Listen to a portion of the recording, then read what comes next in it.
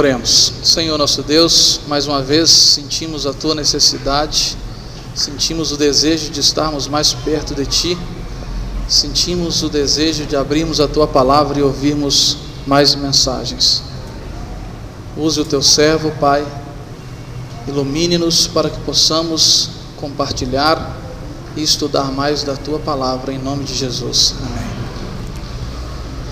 Eu quero pedir licença aos irmãos e vou liberar aqui a plataforma, porque parte da mensagem será projetada e eu gostaria de convidar os irmãos para que possamos, nesta manhã, estudar um pouco mais da palavra de Deus.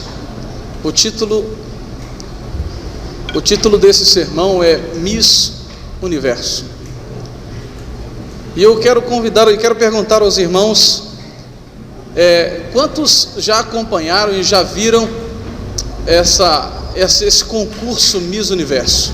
Acho que muitos já viram na televisão, pelo menos aqueles que têm uma certa idade já puderam ver isso passando na televisão. Na realidade, o que é o Miss Universo?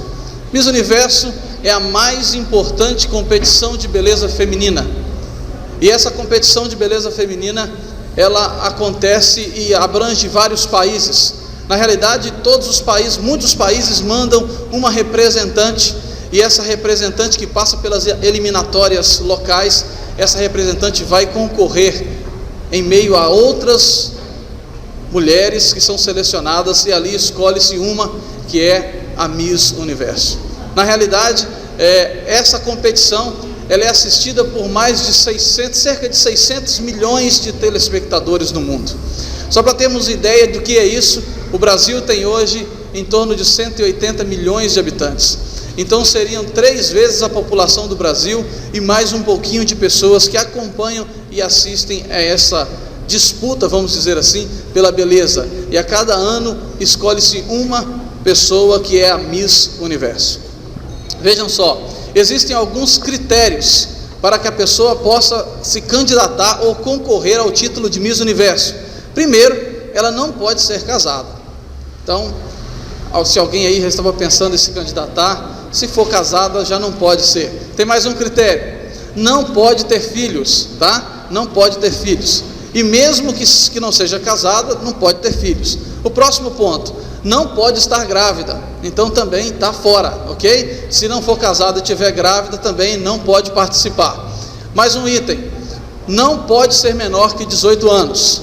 Abriu um leque, né? Mas por outro lado fecha também, existe uma outra limitação superior: não pode ser maior do que 25 anos. Então tem vários critérios, ok? Não pode ser casada, não pode ter filhos, não pode estar grávida, não pode ser menor do que 18 e nem maior do que 25 anos. E também tem que residir no país que ela vai disputar, pelo país ao qual ela vai disputar, pelo menos um ano, tem que morar ali naquele país, ok? Bom, depois que ela se ganhar, ela precisa mudar-se de cidade ou morar na cidade de Nova York. Esses são os critérios que para uma mulher está disponível a poder disputar o título de Miss Universo. E é claro, né, gente, elas têm que ter muita beleza, têm que ser muito bonitas para participar. Elas também têm um juramento, né? A Miss Universo ela tem um juramento, e diz assim: nós, as jovens do universo, acreditamos que as pessoas de todos os lugares buscam a paz, a tolerância e o entendimento mútuo. Nós prometemos difundir essa mensagem de todas as maneiras que pudermos, em todos os lugares que formos. Essas informações eu encontrei no site da Wikipédia e tem lá disponível para todos vocês que quiserem também. Por que nós estamos falando hoje de Miss Universo? Por que esse título de Miss Universo? Porque na Bíblia nós vamos estudar um tema bíblico, que aconteceu uma disputa, um concurso de beleza, onde um livro da Bíblia que fala exatamente sobre um concurso de beleza. Pode passar. Se você fosse desafiada a participar de um concurso como esse, você aceitaria? Como seria? Como que você se colocaria diante de um desafio como esse? E se você fosse intimada a participar de um concurso de beleza como esse? Eu gostaria de pedir aos irmãos que abrissem a Bíblia no livro de Esther, e vamos acompanhar algumas coisas, alguns relatos que acontecem no livro de Esther. Esther foi uma mulher vitoriosa, uma mulher que se destacou no Antigo Testamento entre poucas, e se destacou porque também participou de um concurso como esse. Não exatamente uma Miss Universo, mas para aquela época era um concurso de beleza que envolvia todo o Império Medo-Persa. O capítulo 1, no verso 1, começa dessa forma. Aqueles que estiverem sem Bíblia podem acompanhar na projeção, porque os textos estarão todos ali. Diz assim: e sucedeu nos dias de Assuero. Este é aquele Assuero que reinou desde a Índia até a Etiópia sobre 127 províncias. Nós vamos perceber que ao longo do livro de Esther, a pessoa que escreveu o livro de Esther é uma pessoa muito detalhista, gosta de minúcias e colocou muitos detalhes ao longo do livro. E já tomou a postura de colocar logo do início que esse Assuero é aquele que reinou da Índia até a Etiópia. Irmãos, só para ter uma noção do que é isso, a capital, não está dando para ver aqui, eu estou sem um laser, mas logo ali do lado direito tem ali Suzã. Ali ficava uma província onde era a capital do Império Medo-Persa. E você pode passar pode passar. Veja, se vocês olharem esse mapa, ia da Índia, a Índia está logo à direita ali abaixo, ali aquela pontinha, a Índia, até do outro lado, depois tem o Egito, do lado esquerdo, amarelinho, um pouco abaixo do Egito, está ali a Etiópia. Esse era o Império Medo-Persa. Eles tomaram conta de toda aquela região. Era um império imenso e tinham 127 províncias. Veja só, 127 províncias eram o domínio do rei Assuero. E a Bíblia começa descrevendo: e sucedeu que nos dias de Assuero, a continuação, versos 3 e 4, no terceiro ano do seu reinado, fez um convite a todos os seus príncipes e seus servos, o poder da Média e da Pérsia, os maiores senhores das províncias estavam perante ele, para mostrar as riquezas da glória do seu reino e o esplendor da sua excelente grandeza por muitos dias, a saber, 180 dias. Imagina só, esse rei, ele juntou todo mundo, ele convidou todos os príncipes, todas as pessoas importantes, todos os seus governadores, e ele chamou todos que eles viessem à sede do império, de durante 180 dias, eles estavam ali com um único objetivo. Qual era o objetivo? Mostrar as riquezas da glória do seu reino, o esplendor da sua excelente grandeza. Ele queria simplesmente se exaltar, exaltação. Percebe que esse rei era um rei extremamente vaidoso, era um rei orgulhoso, que ele chamou todo mundo para mostrar as riquezas e a beleza do reino, e pensando que seria somente isso, veja bem, outra festa, nos versos 5, 6 e 7 ainda diz: e acabados aqueles dias, fez o rei um convite a todo o povo que se achou na fortaleza de Suzã, desde o maior até o menor, por 7 dias, no pátio do jardim do Palácio Real. E os versos 6 e 7 começam a descrever coisas belíssimas que existiam nesse reino. Fala dos tapetes, dos panos, das combinações, das camas. Veja, os leitos eram de ouro e de prata. Veja quanta beleza, quanta riqueza, quanto luxo. O pavimento de pórfiro e de mármore, de alabastro, pedras preciosas. Veja que os copos onde eles tomavam, as vasilhas onde eles tomavam as bebidas, um era diferente do outro, ou seja, tinham detalhes especiais que um era obra de artesão, cada um tinha uma diferença do outro. Veja quanta riqueza, quanta beleza. Ou seja, depois de 180 dias de festas, ele ainda deu mais 7 dias de festa só para a população que estava ali na província de Suzã. Irmãos, veja, após quanta demonstração de poder. Veja só, primeiro ele deu um banquete a todos os príncipes e os seus oficiais, que durou metade de um ano aproximadamente. Depois ele deu um outro banquete de 7 dias na sua fortaleza. A Bíblia diz que a bebida era livre e as pessoas, ninguém poderia forçar ninguém a parar de beber ou a beber mais. A pessoa beberia do quanto ela quisesse beber. Então ela tinha ali bebida à vontade, coisa à vontade. luxo, ostentação, orgulho, poder. Então veja que ele foi chegando num clímax, ele foi chegando numa situação que era o ponto mais alto da sua exposição de beleza, de orgulho, de grandeza, de poder. E quando ele chegou nesse ponto, quando chegou no final da festa, no último dia da festa, veja o que acontece. Capítulo 1 ainda, versos 10 e 11. E ao 7º dia, estando já o coração do rei alegre do vinho, mandou ali os seus eunucos, que serviam na presença do rei, que introduzissem na presença do rei a rainha Vasti, com a coroa real. Para quê? Também para mostrar aos povos e aos príncipes a sua formosura, porque era formosa à vista. Imagino que a rainha Vasti era muito bonita, era uma mulher muito bonita. A Bíblia diz que ela era formosa à vista. Então o rei, ele tinha orgulho. Naquele momento ali, ele estava no clímax da sua apresentação. No último dia de festa, que ele já estava encerrando todas aquelas festas, ele falou assim: agora eu vou mostrar para vocês algo muito melhor, né? Algo mais excelente, né? Vou mostrar para vocês agora a minha esposa, a rainha, né? Manda chamar Vasti. Só que o que aconteceu com Vasti?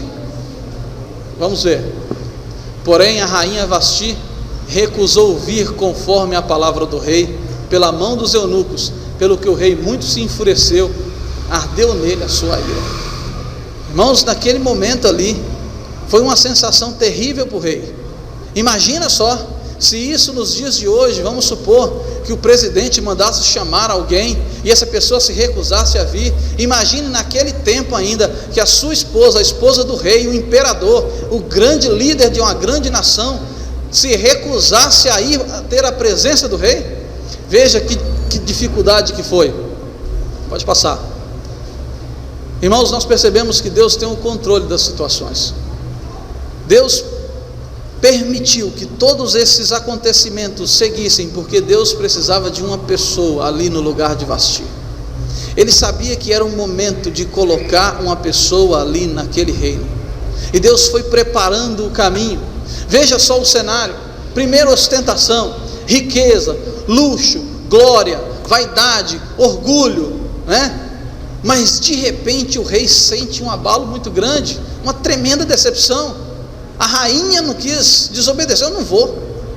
A Bíblia não explica os motivos pelo qual a rainha não quis ir, mas ela não foi. E de repente agora o rei passa por uma situação vexamosa, né? O que é isso? A rainha não foi. E aí agora os conselheiros do rei já começam a preocupação. Seria a maior fofoca do império. Por quê? Veja o verso 7. Porque a notícia deste feito da rainha sairá a todas as mulheres, de modo que desprezarão seus maridos aos seus olhos, quando se disser: mandou o rei Assuero que introduzissem a sua presença a rainha Vasti, porém ela não veio. Seria uma desonra para todos os maridos. E o rei, os conselheiros do rei agora se preocuparam: rei, você tem que tomar alguma postura, porque isso vai chegar no ouvido de todas as mulheres, e as mulheres vão se comunicar, né? As mulheres têm a facilidade de comunicar mesmo, então elas seriam rapidamente, isso passaria de uma para outra, e de repente, pronto, uma rebelião. Nenhuma mulher mais obedeceria ao seu marido, não seria submissa, caso que naquela época isso fazia muita questão, né? Então, de repente, a postura que foi tomada do rei: a rainha Vasti foi deposta do seu cargo. E o rei baixou um decreto e falou: olha, é importante que em toda casa, em toda família, o marido que seja o chefe do lar. E aí ele coloca algumas coisas que se encontram no verso 20. E a partir desse momento, o rei perde a sua rainha, e ele dá origem ao maior concurso de beleza do mundo antigo. E ele fala, seguindo os seus conselheiros, eles fazem um grande concurso para escolher a nova rainha do rei. Seria a Miss Universo Persa. Capítulo 2, verso 3, diz assim: e põe o rei comissários em todas as províncias do seu reino, que reúnam todas as moças virgens, formosas à vista, na fortaleza de Suzã, na casa das mulheres, debaixo da mão de Hegai, eunuco do rei, guarda das mulheres, e deem-se-lhe os seus enfeites. Então o rei passou isso pelos correios, e as pessoas saíram a proclamar que precisava buscar mulheres para ser esposas do rei. Algumas ficaram empolgadas, outras não. Imagino que aquilo criou um rebuliço na cidade, em toda a província, e algumas ficaram eufóricas. Imagino que algumas queriam ser, mas outras talvez não. Mas o mais importante é que nós percebemos que aqui, na escolha da Miss Universo Persa, também existem critérios. Percebeu que o rei definiu alguns critérios muito semelhantes àqueles que encontramos lá? Primeiro, tinham que ser moças, meninas novas, não podiam ser mulheres já com idade avançada, tinham que ser virgens, tinham que ser formosas, e a vencedora passaria a morar em Suzã. Vamos fazer uma comparação com o Miss Universo atual. Veja só, entendo que o pessoal lá da Pérsia foi um pouco mais inteligente, porque resumiu tudo. Olha só, quando ele fala ali que ela devia ser virgem, então não podia ser casada, não pode ter filho, não pode estar grávida, então já resolveu as três primeiras, correto? Quando fala ali que elas tinham que ser formosas, ok, tinham que ser moças, também diz que não pode ser nem menor do que 18, nem maior do que 25, e de repente ali tinha que morar em Suzã, lá tem que morar em Nova York. Muito bem, muito semelhante, está vendo? Que existe uma semelhança aí dos critérios de beleza, e foi assim que definiu. Mas de repente, irmãos, nós vemos que, pode passar, entra em cena Mardoqueu, e automaticamente esse é o pano de fundo da história de Esther. Quem era Mardoqueu? Havia então um homem judeu na fortaleza de Suzã, cujo nome era Mardoqueu, filho de Jair, de Sibei, filho de Quis, homem benjamita, que fora transportado de Jerusalém com os cativos que foram levados com Jeconias, rei de Judá, o qual transportara Nabucodonosor, rei de Babilônia. Ou seja, Mardoqueu viera de Jerusalém junto com aquela remessa que veio de Babilônia, que veio com Nabucodonosor, rei de Babilônia. Este criara Radassa, que é Esther, porque não tinha pai nem mãe, era moça bela de parecer e formosa à vista, e morrendo seu pai e sua mãe, Mardoqueu a tomara por filha. Perceba que a Bíblia, ela praticamente repete uma expressão, ela era bela de parecer e formosa à vista. Quando a Bíblia repete certas informações, é porque está querendo dar ênfase naquilo que ela está tentando passar para nós.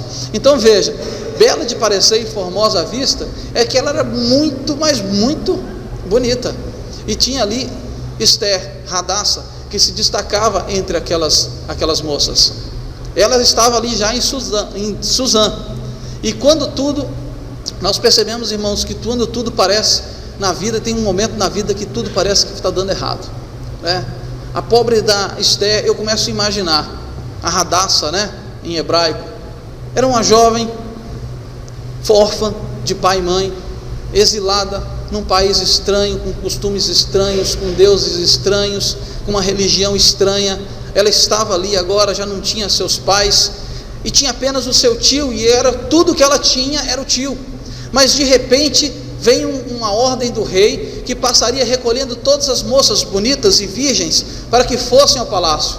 E de repente ela começa a pensar assim: poxa vida, minha vida ainda pode piorar ainda mais, porque certamente eu não serei escolhida como a rainha, e de repente o rei pode querer me dar para algum outro oficial que mora mais distante ainda, e eu nunca mais vou ver mais ninguém, pois está cada vez mais distante da minha terra. Imagina a situação. Estava ali agora Esther, com esses pensamentos, uma pobre garota, órfã.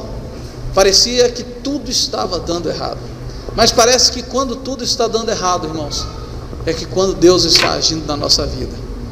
Vejam só, sucedeu pois que, divulgando-se o mandato do rei e a sua lei, e ajuntando-se muitas moças na fortaleza de Suzã, também levaram quem?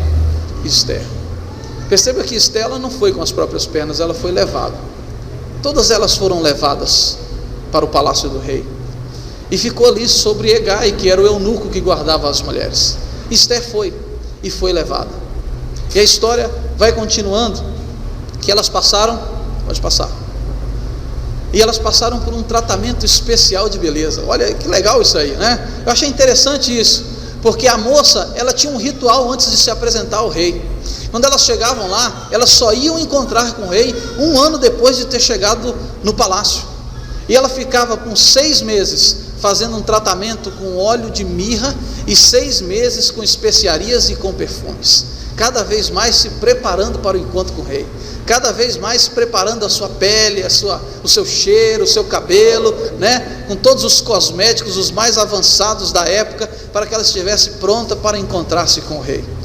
E aí, continue, dessa maneira, pois entrava a moça, e agora começa a descrever como que era o processo, tá? Tudo quanto ela desejava, lhe dava para ir da casa das mulheres à casa do rei. Existiam 2 casas, uma era a casa onde as mulheres ficavam, e elas saíam de lá e iam para a casa do rei. Quando elas estavam na casa do rei, depois de ter passado ali um período na casa do rei, elas iam para uma outra casa e não voltavam mais para aquela primeira casa, só voltavam no palácio se o rei assim as chamasse. Então é assim que funcionava. Veja ali no verso 14, à tarde, né, ao escurecer, entrava, e pela manhã tornava a segunda casa das mulheres, e não tornava mais ao rei, salvo se o rei a desejasse e fosse chamada pelo nome. Elas podiam pegar tudo quanto elas desejassem. Elas estavam lá, os locais tinham tudo, tinham joias, tinham maravilhas, pedras preciosas, tinham ornamentos, adornos de tudo quanto é tipo. Elas podiam colocar tudo o que elas quisessem e podiam levar.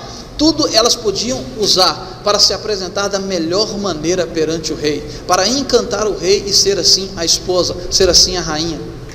Mas chegando, pois, a vez de Ester para ir ao rei, veja que interessante, coisa nenhuma ela pediu, senão o que disse Hegai, eunuco do rei, guarda das mulheres. E portanto, mesmo sem muitos adornos, mesmo sem muitas bajulações, mesmo sem pedras preciosas e coisas que adornavam as mulheres, alcançava Ester graças aos olhos de todos quantos haviam. E o rei, o que diz lá? Amou a Ester mais do que todas as mulheres, e ela alcançou perante ele graça e benevolência, mais do que todas as virgens, e pôs a coroa real na sua cabeça, e fez rainha em lugar de Vasti. Veja que história bonita, né? De repente agora nós temos aquela menina que era exilada, mas de repente ela tornou-se a rainha. Aquela garota que era pobre, ela se tornou rica. Aquela moça que era desprezada, ela passou a ser respeitada e influente no reino, porque era mulher do rei. Desconhecida, tornou-se a mulher mais importante do reino. O que o rei viu naquela mulher? Beleza física. O que Deus viu em Ester?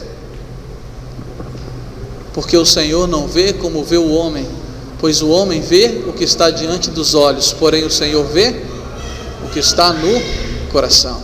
Irmãos, na realidade, Deus conhecia o coração de Ester antes mesmo dela ser rainha. Deus sabia que antes de ser rainha, ela era serva do Senhor. Deus sabia que antes dela ser rainha, ela era fiel ao Senhor. Deus sabia que antes dela ser rainha, ela havia permitido ser um instrumento nas mãos do Senhor. E o Senhor colocou Ester como rainha daquele reino, rainha de Assuero, porque Deus tinha um plano especial para Ester. Deus sabia que Ester tinha a condição e a submissão de ser um instrumento nas mãos do Senhor. E nós podemos perceber isso ao longo da história. O capítulo 1 e o 2º capítulo de Ester termina com essa narrativa, mas começa a entrar agora uma intriga especial.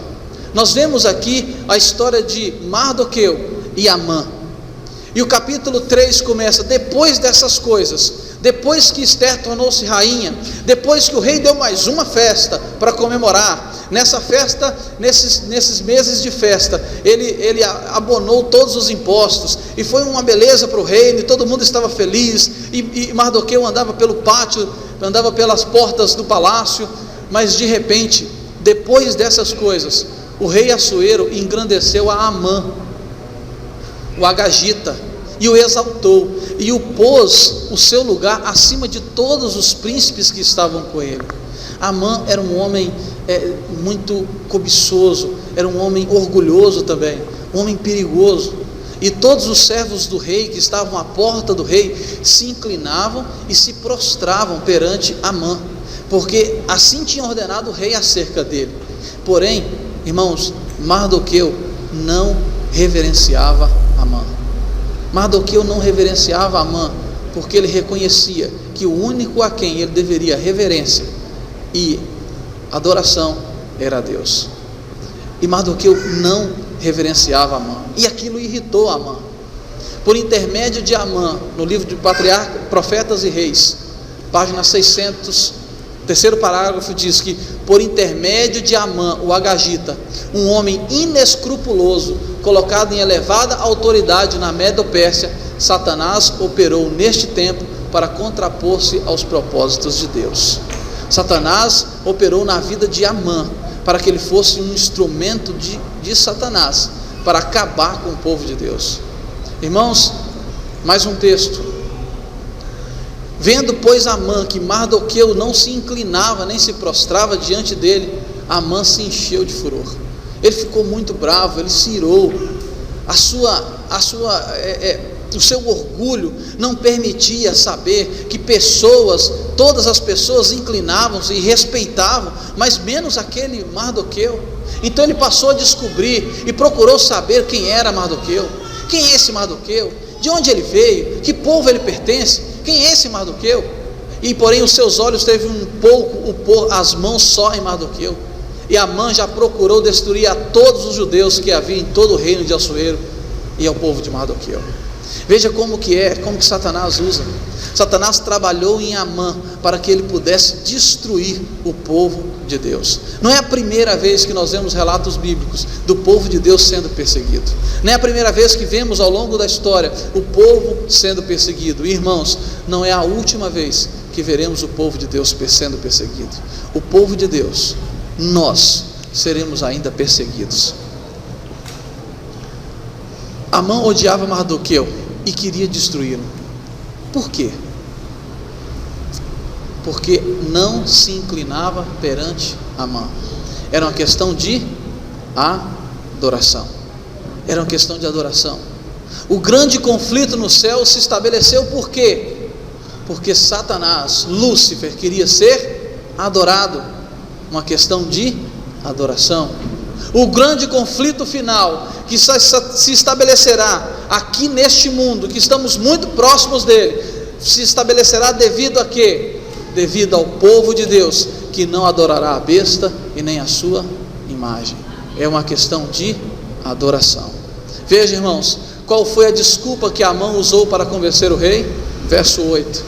Amã disse ao rei Assuero: olha, existe um povo espalhado e dividido entre os povos, em todas as províncias do teu reino, um povo cujas leis, vejam bem, irmãos, um povo cujas leis são diferentes das leis de todos os povos, e que não cumpre as leis do rei, pelo que não convém ao rei deixá-lo ficar.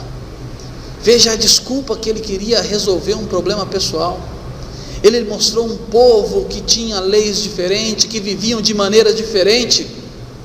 Irmãos, que povo é esse hoje que tem leis diferentes, que vivem de maneiras diferentes? Existe alguma coincidência nessa história? Vamos ver mais um texto do Espírito de Profecia. O decreto que finalmente sairá contra o remanescente povo de Deus será muito semelhante ao que Assuero promulgou contra os judeus. Preste atenção nessas palavras. Hoje, os inimigos da verdadeira igreja veem no pequeno grupo de guardadores do sábado um Mardoqueu à porta.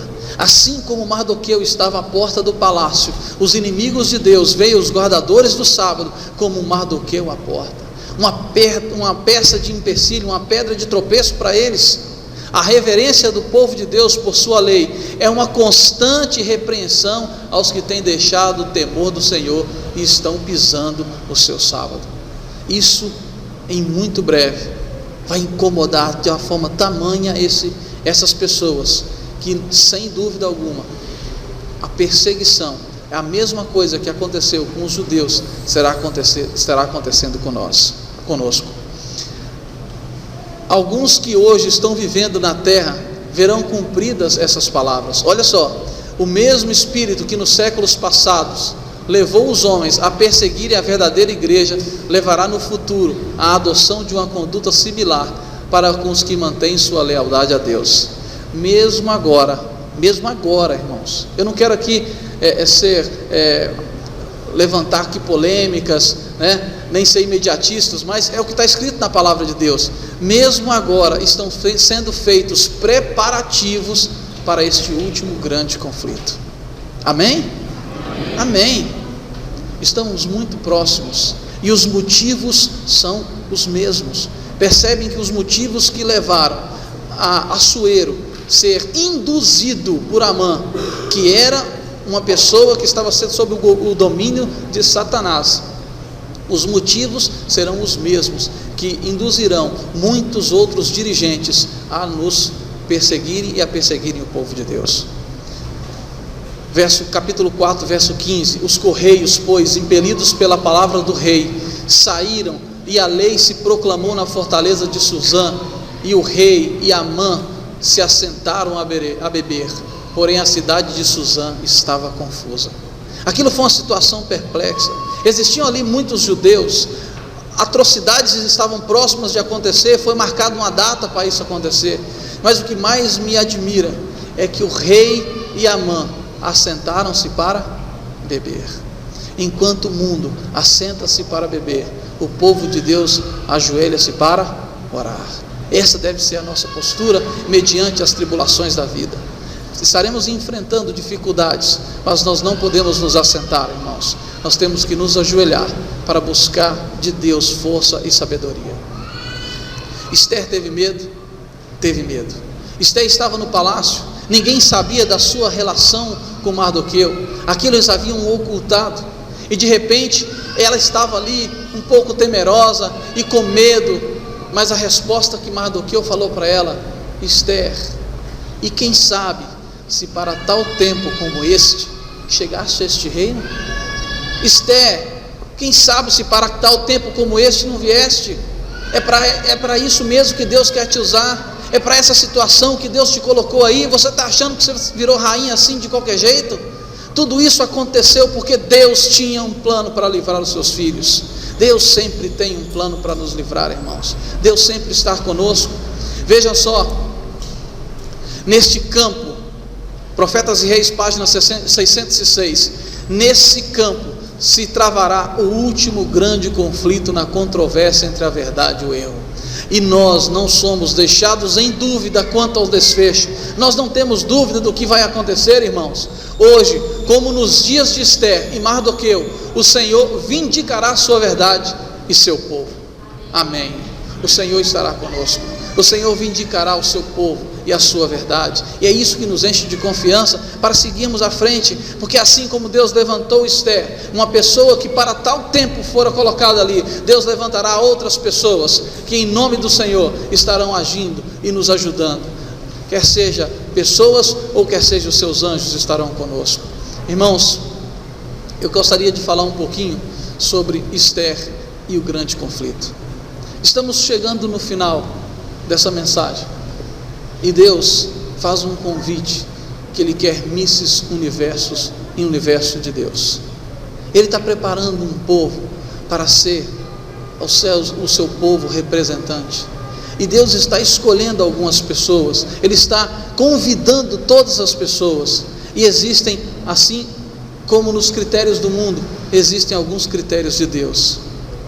Veja, primeiro critério, para você ser um Miss Universo de Deus, é preciso que para todos os que guardem os mandamentos de Deus, o primeiro critério. E o segundo critério, tenham o testemunho de Jesus. Irmãos, terceiro critério, após escolhidos, não vão para Nova York ou para Suzã, mas para a cidade santa. Amém. Irmãos, nós temos ainda mais um detalhe especial. Os Misses Universo de Deus, eles têm um juramento também: ir a todo mundo e pregar o Evangelho a todas as nações, temendo a Deus e dando-lhe glória, e adorando aquele que fez o céu, o mar, a terra e as fontes das águas. Esse é o juramento que temos para seguirmos o nosso Deus. Sabe, irmãos, o Senhor não vê como vê o homem, pois o homem vê o que está diante dos olhos, porém o Senhor olha para o coração. O Senhor te convida e convida a mim também, para que possamos ser representantes nesse universo de Deus. O Senhor nos convida a que sejamos Misses Universo de Deus. Mas de repente você pode falar assim: o Senhor não vê como o homem, Ele vai olhar meu coração, mas o meu coração, infelizmente eu tenho cometido alguns pecados, mas o próprio Senhor diz que nenhuma condenação há para os que estão em Cristo Jesus, que não andam segundo a carne, mas segundo o Espírito. O Senhor nos convida hoje a sermos representantes dele, a assumirmos o papel de Miss Universo de Deus. E a pergunta é: vamos aceitar o convite do Senhor? Que Deus possa nos abençoar, irmãos, que possamos realmente ser esses representantes de Deus, e que estejamos ali naquele dia e hora que só o Senhor sabe, mas que sejamos preparados para representá-lo da melhor maneira possível, para que sejamos ali, estejamos firmes e recebermos não uma coroa como uma dos homens, uma coroa que a Miss Universo do mundo recebe, mas uma coroa incorruptível que receberemos no céu. Esse é o nosso desejo e a nossa oração.